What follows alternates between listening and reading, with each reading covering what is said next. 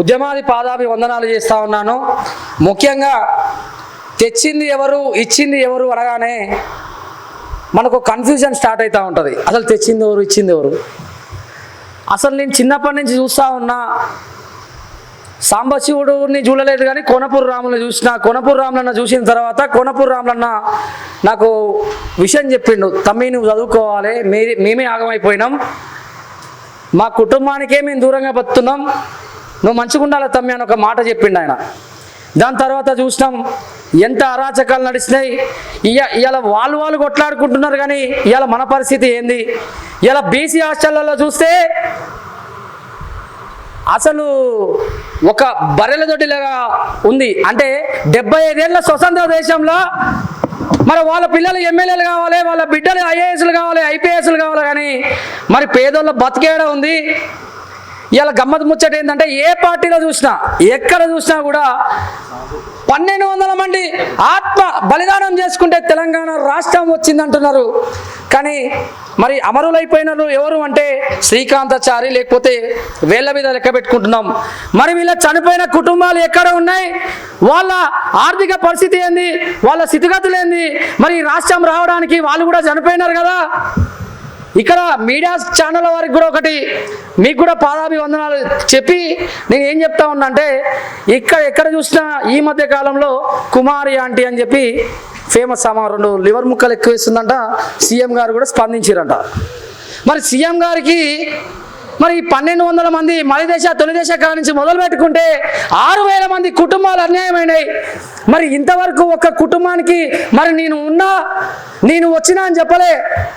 ఎక్కడ ఎవరు ఫేమస్ అయితే కుర్చీ తాత ఫేమస్ అయితే కుర్చీ తాతకు అండగుంటా, ఉప్పల బాలు ఫేమస్ అయితే ఉప్పల బాలుకు అండగుంటా.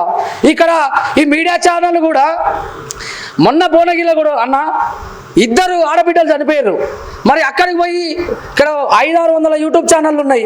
మరి అక్కడికి పోయి వాళ్ళ కుటుంబం ఏంది, అసలు ఏం జరిగింది అని ఓన్లీ ట్రెండింగ్ కోసం ఫేమస్ కోసం చేస్తున్నారు. కానీ మీకు కూడా ఈ వేదిక ద్వారా ఒకటే విజ్ఞప్తి చేస్తూ ఉన్నాం, ప్రజల కష్టాలను చూపియండి. ప్రజలు ఎంత ఇబ్బంది పడుతున్నారు. అసలు ఈయనేమో డిమాండ్లు మర్చిపోయిండు, ఆయనేమో మరి ఆయన పరిపాలించిండు, ఆయన మీద ఈయన మీద ఆడ. ఎట్లా మాట్లాడుతున్నారంటే సభ్య సమాజానికి ఏం మెసేజ్ ఇద్దామనుకుంటున్నారు. ఇలా కళాకారుల కుటుంబాల పరిస్థితి ఏంది, అలా డబ్బు కొట్టి ఆట ఆడిన ఎక్కడున్నారు. మరి ఈ వేదిక ద్వారా కూడా వీళ్ళందరికీ చెప్పదలుచుకుంటూ మరి అందరూ వాడతారు. ఇప్పుడు నేను ఓటేస్తే వాని కొడుకు ఎమ్మెల్యే అయిండు, వాళ్ళ తండ్రి ఎమ్మెల్యే అయిండు, ఎంపీ అయిండు, సీఎం అయిండు, ముఖ్యమంత్రి అయిండు. మరి నేనేం చేయాలి. మా ఏమో రేవంత్ రెడ్డి పింఛన్ కోసం తిరగాలి, మా తాత ఏమో వాళ్ళ తాత ఇమాన్స్ ఇచ్చిన గొర్రెలను కాయాలి. ఎందుకంటే మేము గొర్రెలం కాబట్టి సబ్సిడీ గొర్రెలు కాసుకొని బతకాలనే. మేము ఎమ్మెల్యేలు కావద్దు, మేము ఎంపీలు కావద్దు, మేము ముఖ్యమంత్రులు కావద్దు. ఇంకా ఏంది ఇలా ఎందుకు పోయిండు అన్నా. అన్ని సంవత్సరాల నుంచి వీళ్ళ కుటుంబాలు ఎందుకు ఇబ్బంది పడ్డాయి, ఎవరి కోసం ఇబ్బంది పడ్డారు, ఎందుకు వాళ్ళ స్థితిగతులు ఏంది. ఇలా ఎవరు ఫేమస్ ఉంటే 100 కోట్లు ఉన్నాయా, చలో నీకు ఎంపీ టికెట్ అంటాడు. అంటే ఇదేనా ప్రజాస్వామ్యం. ఓ పల్లెటూరు పోరగాడు పార్లమెంటు పోదా, ఇలా అందరు లీడర్లు అని చెప్పుకుంటాం. ఇలా నాకు మస్తు బాధ అనిపించింది. ఓ సభ పెడదామని రామ్ నర్సన్న చెప్పినప్పుడు మేము వస్తామన్నా 100 మందిని తీసుకొస్తామన్నా అన్నా కూడా వద్దు తమ్మి నువ్వురా, నిజాయితీగా రా, నిజాయితీ ఉంది కాబట్టి ఈ సభలకు ఇంతమంది నిజాయితీ పరులు వచ్చిరన్నా. ఈ సభలో ఉన్న నిజాయితీ రాదన్నా. 100 రూపాయలు బిర్యానీ ఇస్తుంటే ఈ సభ మొత్తం డప్పు సప్పులతో అంగుర ఆర్భాటాలతో ఉండేది. కానీ నిజం తెలుసుకుంటానికి ఒక్కరు వచ్చినా కూడా నిజం నిర్భయంగా ఏదో కాలానికి ఏదో సమయానికి నిజం నిలబడుతుందని ఈ సభాపూర్వకంగా చెప్పుకుంటూ ఇంత టైం నాకు ఇచ్చినందుకు చాలా సంతోషంగా ఉంది. నిజంగా తెలంగాణలో ఇంతమంది నిజం తెలుసుకుంటానికి వచ్చిరన్నా. మీరు కూడా మీకు ఏ పార్టీకి అతీతంగా ఈ సభ అయితే పెట్టలేదు, ఓన్లీ నిజం తెలుసుకుందామంటే ఎంతమంది వస్తారో అని చెప్పి ఇది మొదటి సభ కాదన్నా, ఇంకా ఉంటుంది, ఇంకా పెద్ద సభలు పెడదాం, మళ్ళా ఉద్యమం తొలి దేశ మలి దేశ కాదు, ఇప్పుడు చేసే ఉద్యమంలో ఇదే నిజాయితీ పరులు ఒక్కరిని కూడా ఇక్కడికి వచ్చిన ప్రతి ఒక్కరి పేరు తీసుకుంటాం, వాళ్లకు మేము అండగా నిలబడతాం.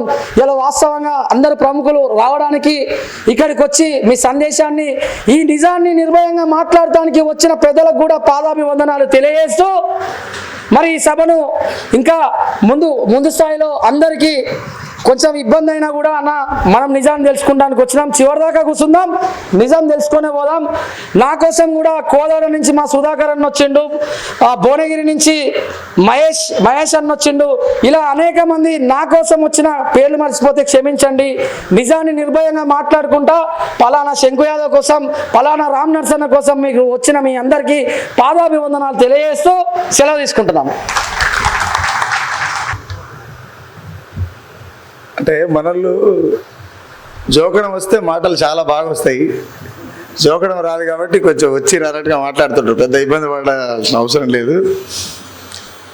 ద సేమ్ టైం తమ్ముడు ఇప్పటిదాకా మాట అన్నాడు, మాట్లాడుకుంటా నిజం మాట్లాడుతందుకు ఇంతమంది వచ్చారంటే నిజంగా సంతోషమే. అంటే ఎంత పెద్ద లెక్క అయినా సరే ఒకటితోనే స్టార్ట్ అవుతుంది కాబట్టి ఎలాంటి ఇబ్బంది లేదు.